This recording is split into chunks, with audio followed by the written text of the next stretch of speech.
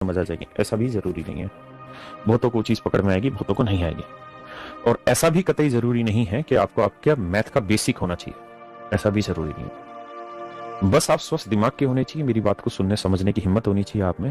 उसके बाद बाकी सब देख लेंगे, यहीं पे कोई दिक्कत वाली बात नहीं है। आपको कोई बेसिक कहीं से पढ़ने की जरूरत नहीं है, ना किसी हेल्प बुक की जरूरत है, ना कहीं और के किसी सेशन की जरूरत है। जो मैं पढ़ाऊंगा, जितना मैं पढ़ाऊंगा, बस उतना आप तसल्ली बख्श पढ़ लीजिए, उतना बहुत है ना।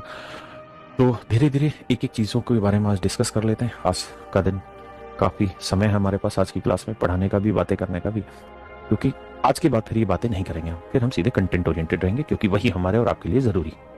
तो मेरे प्यारे बच्चों, जब हम लगातार पढ़ रहे होंगे तो हमारे सामने 3-4 समस्याएं मोटे तौर पे आती हैं जब लगातार बैच रहता है।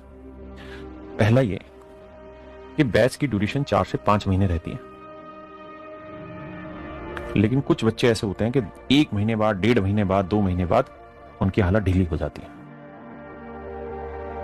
उनमें पेशेंस नहीं रहता।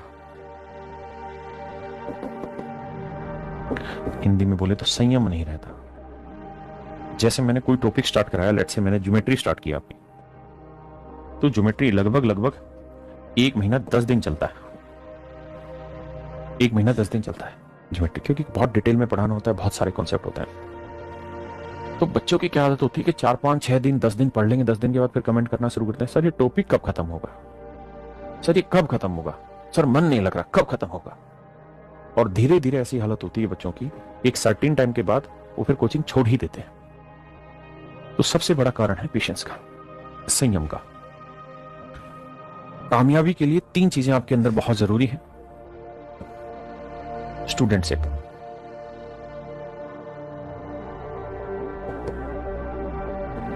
डिसिप्लिन और पेशेंस। ये 3 चीजें बहुत जरूरी हैं। आपके अंदर का छात्र आपके अंदर होना चाहिए, तभी आप पढ़ पाएंगे।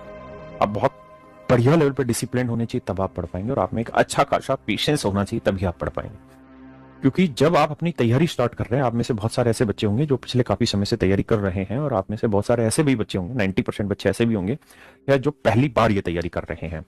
तो मेरे प्यारे बच्चों, आज के टाइम में जिस लेवल पे कंपटीशन चल रहा है, जितनी बड़ी मात्रा में छात्र आज के समय में तैयारी कर रहे हैं,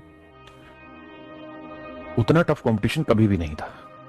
और शायद आने वाले समय में ये कंपटीशन और बढ़ेगा, और शायद ज्यादा तेज गति से बढ़ेगा। तो मेरे प्यारे बच्चों, 4 महीने, 5 महीने, 6 महीने, 8 महीने में भी कई बार होता है सिलेक्शन नहीं हो पाता बच्चे का। मैंने ऐसे ऐसे बच्चे देखे हैं जो 2 साल, 3 साल लगातार मेहनत करते हैं, 3-4 साल के बाद उनका सिलेक्शन होता है। लगातार 3-4 साल तक फेल्योर लेते रहते हैं, जीवन में विफल होते रहते हैं। ये भी टेस्ट दिया इसमें फेल, ये भी एग्जाम दिया इसमें फेल, ये भी फेल, ये भी फेल, ये भी फेल, और 3-4-5 साल के बाद जाके उनका सिलेक्शन होता है। तो मेरे भाइयों, इस बात से अर्थ आप ये निकालिए कि आपको अपनी मेहनत को कंटिन्यू करना होगा। देखिए, तैयारी अब ऐसी चीज नहीं है कि आप 2-3 महीने सीरियसली तैयारी करें और फिर छोड़ के चले जाए, या फिर उतनी सीरियसनेस से आप काम ना करें, या थोड़े टाइम के बाद आपके मन में ऐसा आए कि सर कुछ और साइड बाई साइड अपनी नौकरी पकड़ लेते हैं, कोई काम धंधा शुरू कर लेते हैं, कोई और विकल्प देख लेते हैं। तैयारी ये चीज है ही नहीं। तैयारी 99% डेडिकेशन नहीं मांगती, तैयारी 100% डेडिकेशन मांगती है आपसे, और आपको डेडिकेशन देना होगा। मुझे जहां तक लगता है कि अगर बच्चा 6 से 8 महीने पूरी तरह डेडिकेट होके, पूरी डेडिकेशन के साथ तैयारी कर ले, तो मुझे ऐसा लगता है कि उसकी सफलता सुनिश्चित हो सकती है। अगर वो 6 से 8 महीने तसल्ली बख्श तैयारी कर ले, किसी तरीके की कोई छुट्टी ना करे, कुछ ना करे। मैं एक इंटरव्यू सुन रहा था, एक फिल्म स्टार है जॉन अब्राहम, उसका इंटरव्यू सुन रहा था। उसको छोड़ो, जॉन अब्राहम तो चलो बुद्धू सिंह है, मैं लता मंगेशकर